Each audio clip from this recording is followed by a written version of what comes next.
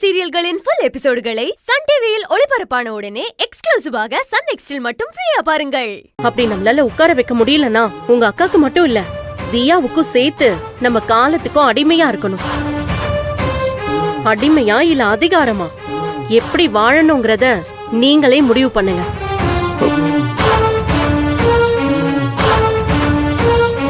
என்ன வசிய பூஜைக்கு கிளம்பாம எந்த கோட்டையை பிடிக்கிறதுக்காக நீங்க இவ்ளோ தீவிரமா யோசிச்சுட்டு இருக்கீங்க? இருக்கிற இடத்துல கோட்டையை இழந்துடக்கூடாது. அதை எப்படியாவது இருக்குமா புடிச்சுக்கணும்னு தான் யோசிக்கிறோம். என்ன பண்றது? ஆனா எந்த ஐடியாவும் தான் வந்து தொலைய மாட்டேங்குது. மம்மி, என்ன ஐடியா வேணும்னு என்கிட்ட கேளுங்க, நான் அப்படியே அள்ளி விடுறேன். இதுக்கு போய் நீங்க 2 பேரும் குழம்பிட்டு இருந்தா என்ன அர்த்தம்? இப்ப செழியனை நாம கோவிலுக்கு கூட்டிட்டு போனோம். அதுக்கு ஏதாவது நல்ல ஐடியா இருந்தா சொல்லு ரேஷ்மா. அட பாவமே, இதுவா பெரிய விஷயம்? இதுக்காகவா நீங்க 2 பேரும் குழம்பிட்டு இருந்தீங்க? நீங்க கடைசி நேரத்துல செழியனை கூட்டிட்டு போறதுல இப்படி ஏதாவது சொதப்புவீங்கன்னு எனக்கு நல்லாவே தெரியும். அதான் நானே செழியனை கோயிலுக்கு கூட்டிட்டு போறதுக்கு ஒரு சூப்பர் ஐடியா வச்சிருக்கேன். என்ன ஐடியா ரேஷ்மா? 2 பேரும் பக்கத்துல வாங்க. நான் சொல்றத நீங்க 2 பேரும் நல்லா கவனிச்சு கேட்டுக்கோங்க, சரியா?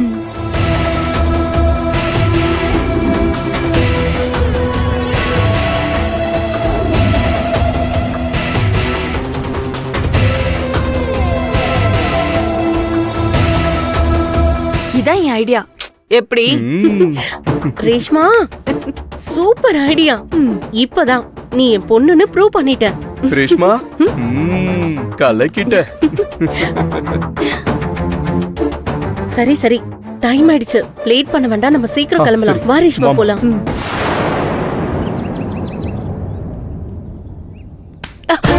ஐயோ கமலா, பாத்துமா, கவனமா நடக்க வேண்டியதுதானே? என்னதான் கவனமா இருந்தாலும் கலைவாணியோட நினைப்பு வந்து என் கவனத்தை சிதறடிச்சிருதுங்க. காட்டு பூனைய வளர்க்குற வீட்ல செல்லமா வளர்த்த வீட்டுக்கிளிய கொண்டு போய் விட்ட மாதிரி ஒவ்வொரு நிமிஷமும் பதட்டமா இருக்குங்க. மனசுக்குள்ள கலைவாணி அந்த வீட்ல இருக்க வேண்டாம், நம்ம வீட்டுக்கே கூட்டிட்டு வந்துடலான்னு மனசுக்குள்ள ஒரு பெரிய போராட்டமே நடந்துட்டு இருக்கு. திருட்டு பட்டம் சுமத்தி போலீஸ் ஸ்டேஷன்ல கொண்டு போய் விட்ட அந்த கூட்டம் கலைவாணி அந்த வீட்டை விட்டு விரட்ட இன்னும் என்னெல்லாம் சதி பண்ண போறாங்கன்னு நினைச்சா நெஞ்சு கிடந்து பதறுதுங்க. வாழ்க்கையில இந்த வயசுல சந்திக்க கூடாத கஷ்டத்தை எல்லாம் நம்ம பொண்ணு கலைவாணி நம்ம வயித்துல பிறந்து அனுபவிச்சுட்டு இருக்கா. அதெல்லாம் நினைக்கும் போது அவளை பெத்த வயித்துக்குள்ள நெருப்பு பத்தி எரியுதுங்க. கமலா, என்ன? கடவுள் நமக்கு கொடுத்த பொக்கிஷத்தை நம்ம பாதுகாக்காம கண்டும் காணாம தெருவுல போட்டுட்டு நிக்கும் போது என் மனசு கிடந்து பதறுதுங்க. நம்ம வாழ்க்கைக்குள்ள வரமா வந்தவ இன்னைக்கு சாபமா ஆதிசங்கரி வீட்ல வாழ்ந்துட்டு இருக்க வாழ்க்கைய நினைச்சா என் கண்ல கண்ணீர் வரலங்க, ரத்தம் தான் வருது. கமலா, என்னம்மா நீ? அவளை பொறுப்போடு பூவா பொக்கிஷமா பார்த்து எறும்பு கூட அவளை கடிக்க கூடாதுன்னு பார்த்து பார்த்து வளர்த்துட்டு இப்போ கண்டவங்களா அவளை திட்டுறாங்க, அடிக்கிறாங்க. இதெல்லாம் பார்க்கும்போது என் இருக்குலையே பதறுதுங்க. என்னால அவ படுற கஷ்டத்தை பார்க்க முடியல, அவ சிந்துற கண்ணீரை தடுக்க முடியல. நான் பெத்த மகளை நினைச்சா என் உசுரே உறைஞ்சு போகுதுங்க.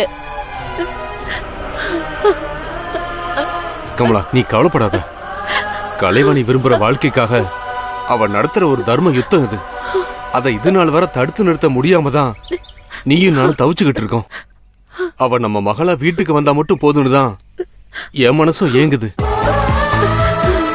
இந்த கொடுமையான வாழ்க்கை அவளுக்கு வேண்டான்னு என் மனசுக்குள்ளேயும் போராட்டம் ஒவ்வொரு நிமிஷமும் நடந்துகிட்டு தான் இருக்கு. கமலா, நீ அதை வெளியில சொல்லிட்ட, நான் சொல்லாம உள்ளுக்குள்ளேயே அழுதுகிட்டு இருக்கேன். நான் கலைவாணி வந்துருமான்னு சொன்னா அவ வந்துடுறேன்னு சொல்லுவான்னு நீ நம்புறியா? என்னங்க, கலைவாணிக்கு போன் போடுங்க. நீ அங்க இருந்து கஷ்டப்பட வேணாம், கிளம்பி வான்னு சொல்லுங்க.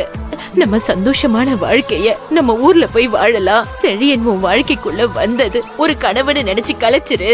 செழியனை உன் மனசுக்குள்ள இருந்து அழிச்சிட்டு அந்த வீட்ல இருந்து கிளம்பி வான்னு நீங்க சொல்லுங்க. போலீஸ் ஸ்டேஷன்ல வடி வாங்கினத என் கண்ணால பார்த்ததுக்கு அப்புறமும் அவளை தள்ளி நின்னு வேடிக்கை பாக்குறதுல எந்த அர்த்தமும் இல்லைங்க. நம்ம ஊருக்கே நம்ம போயிடலாங்க. நீங்க யோசிக்காதீங்க. என் மனசு யோசிச்சுதான் இந்த முடிவு எடுத்திருக்கு. ஆதிசங்கர் இருக்கிற ஒசரம் பெருசுங்க. அவ கண்ணுக்கு தெரியாத கடுகு மாதிரிதான் நாம இருக்கோம். நம்மள காலத்துக்கும் அவ கண்டுக்கவே மாட்டா. அந்த மலையோட மோதி நம்ம காணாம போக வேண்டாம். நமக்கான வாழ்க்கைய நாம தான் வாழணும். கலைவாணிக்கு போன் பண்ணி அவளை கிளம்பி வர சொல்லுங்க. இனி அவ என் பக்கத்துல தாங்க இருக்கணும். அவளை சந்தோஷமா நான் பாத்துப்பேன்.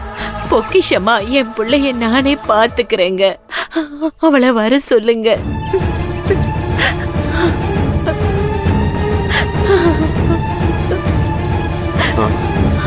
சரி வா.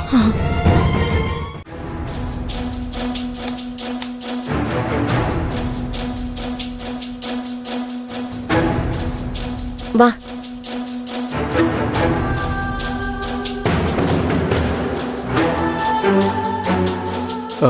என்னாச்சு? டாடி நீங்க போய் வாசல்ல வெயிட் பண்ணுங்க.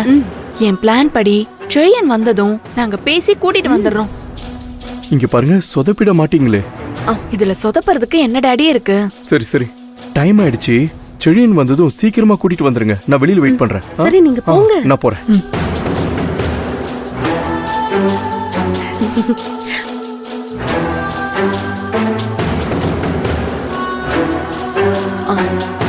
ரேஷ்மா வா, நம்ம போய் வெயிட் பண்ணலாம்.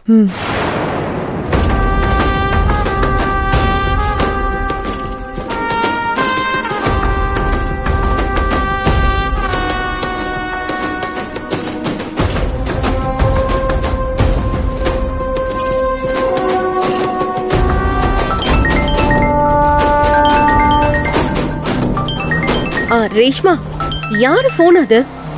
அந்த வேலைக்காரி காயத்ரியோட போன் தான் மம்மி. போனை சார்ஜ்ல போட்டு எங்க போய் தொலைஞ்சாலோ.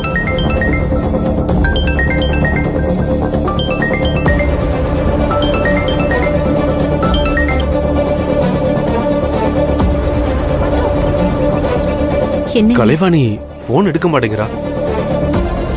சார்ஜர்ல ஏதாவது போட்டுட்டு வேலை பார்த்துட்டு இருப்பான்னு நினைக்கிறேன். ம், ஏங்க ஆ.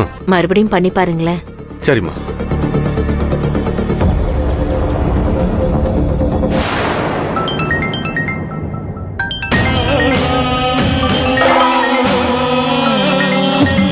அந்த காயத்ரிக்கு தான் யாரும் இல்லையே.